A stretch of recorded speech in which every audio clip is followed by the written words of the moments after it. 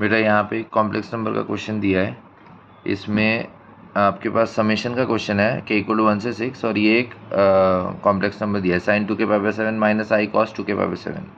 ठीक है, तो इसको सॉल्व करने के लिए देखो यहाँ पे लिखा हुआ है, इसको सॉल्व करने के लिए सबसे पहले हमें इसमें sin 2k पावर 7 के साथ 1 लिखा है, तो उसको हम ऐसे लिख देंगे माइनस आई स्क्वायर, क्योंकि आई स्क्वायर माइनस 1 होता है, तो हम 1 को माइनस आई स्क्वायर लिख सकते हैं।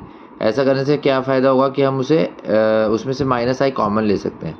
ठीक है ना, क्योंकि directly sign minus I cos का कोई फॉर्म बनता नहीं है। अब इसमें से माइनस आई कॉमन ले लिया, तो जब हमने माइनस आई कॉमन ले लिया तो ब्रैकेट के अंदर आया कॉस 2k पावर 7 प्लस आई साइन 2k पावर 7।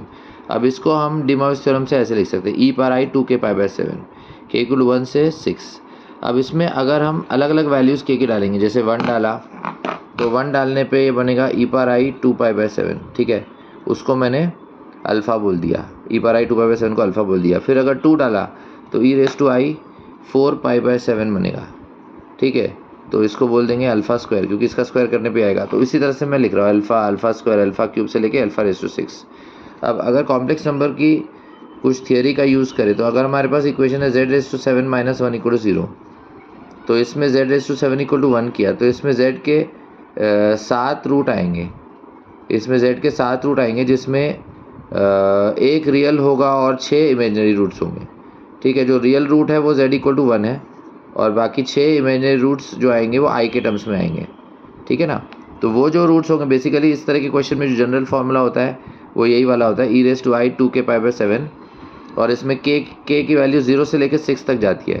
अगर 0 पुट करते हैं तो 1 मिलता है, अगर 0 पुट करते हैं तो 1 मिलता है, और बाकी 1 से लेके 6 पुट करेंगे तो अलग अलग इमेजिनरी रूट्स मिलेंगे। ठीक है, तो उसी को मैंने अल्फ़ा और अल्फ़ा 6 लिखा है।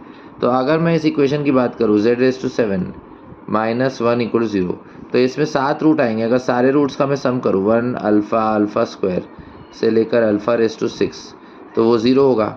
0 इसलिए क्योंकि हम फॉर्मूला लगाते हैं पॉलिनोमियल में minus coefficient of z raise to 6 upon coefficient of z raise to 7। तो z रेस टू 6 का टर्म ही नहीं है, मतलब उसका कोफिशिएंट 0 हो गया। तो उस फॉर्मूले से 1 से लेकर अल्फ़ा 6 तक का सम 0 आ गया, मतलब अल्फ़ा से अल्फ़ा 6 तक का सम आएगा -1, क्योंकि 1 उस तरफ चले जाएगा। ठीक है, तो इस एक्सप्रेशन की जगह हम ये जो एक्सप्रेशन है अल्फ़ा से लेकर अल्फ़ा रेस टू 6, इस एक्सप्रेशन की जगह -1 लिख सकते हैं। तो बेसिकली माइनस साइन टू -1 यानी फाइनल आंसर आई आ गया। ओके।